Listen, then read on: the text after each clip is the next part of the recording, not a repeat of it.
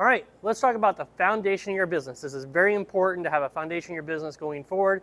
This is going to be the foundation. It's going to be what you grow on. So your business, not actually grow on. Your business structure is going to grow on. So knowing your business model. Obviously, we talked about grow to order business model. You definitely want to have that grow to order business model. If you do not have that, you're going to be in trouble. You can't just grow stuff and then like show up to a chef and be like, this is what I have today. That's not going to work. They're not going to like that. They want to know what they got coming in and everything else. This isn't traditional farming that you can do that kind of thing where traditional farmers are just throwing crops out and hoping somebody buys. We get the chance of somebody buying and then growing for them. So much better model than a traditional farming. This is why this business is the best farming business. Packaging. What kind of package are you going to get? Eco-friendly, compostable packaging, big packages, small packages. You're going to use 16 slims. You're going to use 24s. You're going to use 64s. There's tons of packaging. We can definitely go in detail to that in all the meetings and everything else. But knowing what package size you want to grow in and deliver in. So how big are you delivering? You deliver to homes. You could probably get away with the 64 and put 8 ounces of product in there and charge more for that. Grocery stores are going to need the 16s and the 24s so you can deliver to grocery stores. Restaurants, the 64-ounce containers, the 32-ounce containers. That's what they're going to take. So whatever your foundation of your business is and what you want to grow it as, what your target is, depends on your packaging size. And we definitely can go in more detail than that in any meetings or questions you got or anything like that. The biggest part of your model, your business, is your branding.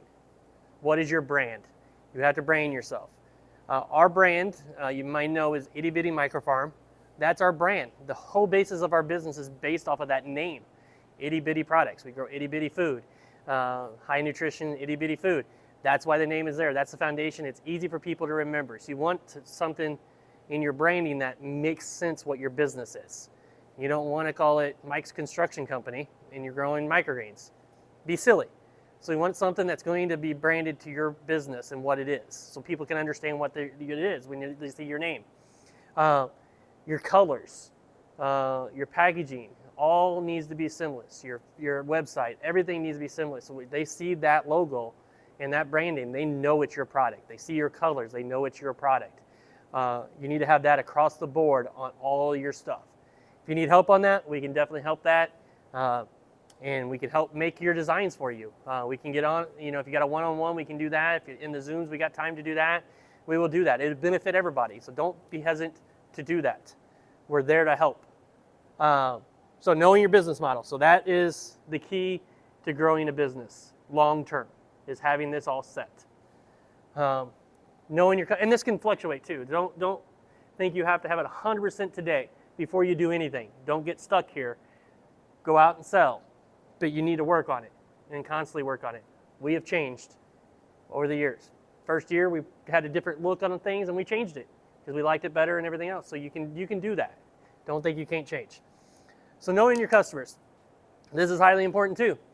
You got to know your customers to know what they want. So do they value your products? If you have somebody come up at a market and they scoff at it like, that's too much. I ain't paying that for that little bit of product. That's probably not going to be your customer. Don't spend a lot of time on to them. Explain it to them, why it's that, and what it does, and everything else, if they're willing to listen. If not, move on. You're not going to get them all. You're not going to feed everybody. But if you feed 1% of people in your community, in your area, you're going to have a very good business. So it doesn't take many people to do that. So focus on the people that is your target, is your customers that value you and your products. Knowing if they're health conscious. Vegan, vegetarians, definitely get in groups with that on Facebook. You want to get in there and know what they're wanting and what they're eating and everything else. We're not vegan and vegetarian, but we're friends with a lot of them, and we know a lot of them come to the market. We know a lot of them that get our products at home, deliveries and everything else. So you want to know what they're eating and how they're using it so you can tell your products around that and your brand if you want to just target on them. The biggest segment that you're going to get business-wise is your casual people. That's going to be your biggest segment. This is a small segment, but important segment. The casual ones are going to be the ones trying it, and they're going to try it out, and they're going to like it because they don't know what it is, but they're going to try it, and they're going to like it. They're going to keep coming back.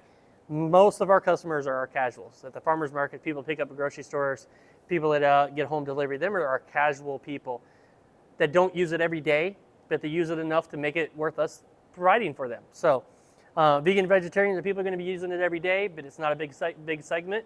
At least it's not here in the Midwest. If you're on the coast, left or right, it might be. Washington State might be, California might be. It depends on your area. But for us, it's the casual ones. And then the best ones is chefs. This is what really want to get grocery store chefs. Them are the ones who are using it weekly, going to do through it there, and the bigger volumes. A chef can get anywhere from $100 orders to $500 orders a week. So that's good. Grocery stores, $100 to $500. Them are what you want to get. So chefs are going to be very, very good customers. They're going to get the higher end products when you get to that level and you're doing that. They pay full retail price. So instead of paying, $2.50 for an ounce of broccoli, they're going to pay probably $3-4 for an ounce of broccoli. You can charge them more. You can sell them the higher end products like beets and radishes and stuff like that, the colorful ones, and you can charge more for that. Now, beets are like $6.50 for us, an ounce. You get it all day long. You do not want to charge $3 an ounce for them. You're going to be out of business.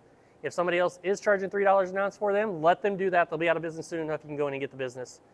Start at $5 and raise the price steadily over the year, and they won't even notice the price increase. So there's ways of doing that. We definitely can get into that and everything else. So with all that, you're always learning, always learning. We're always learning. We find new ways, and then we share them with you. So growing and testing new varieties all the time. We test and grow the varieties we're already growing. Is there a better way of growing them? We found a better way to grow sunflowers. We've grown a better way to grow radishes, better way to grow broccoli and get better yields and everything else. So you're always learning, always testing. Is 1 light good, 2 lights good? Maybe I need 3 lights, whatever. Soil may change. Do I need vermiculite? There's a lot of things to go in and learn. You never stop learning. Just because you think you know how to grow something or you know how to sell something, you're always learning new things. So always adjusting price. Like I talked about with chefs, we're always adjusting the price on chefs. That price is adjusting throughout. We use our crop sheet, price sheet all the time. We put the numbers in there. We get new seeds. If the price has changed, we put it in there. The yields have changed, we change that. Every month we go in and adjust that sheet and find out what we need to be charging because we can change chef's pricing. Grocery stores are a little harder to change on the fly and change monthly or whatever else. You may be able to get away with that every 6 months or a year on grocery stores, but chefs, home deliveries, farmers markets, you can change them prices all the time and nobody's going to balk at it because they know the prices change. Chefs definitely know prices change.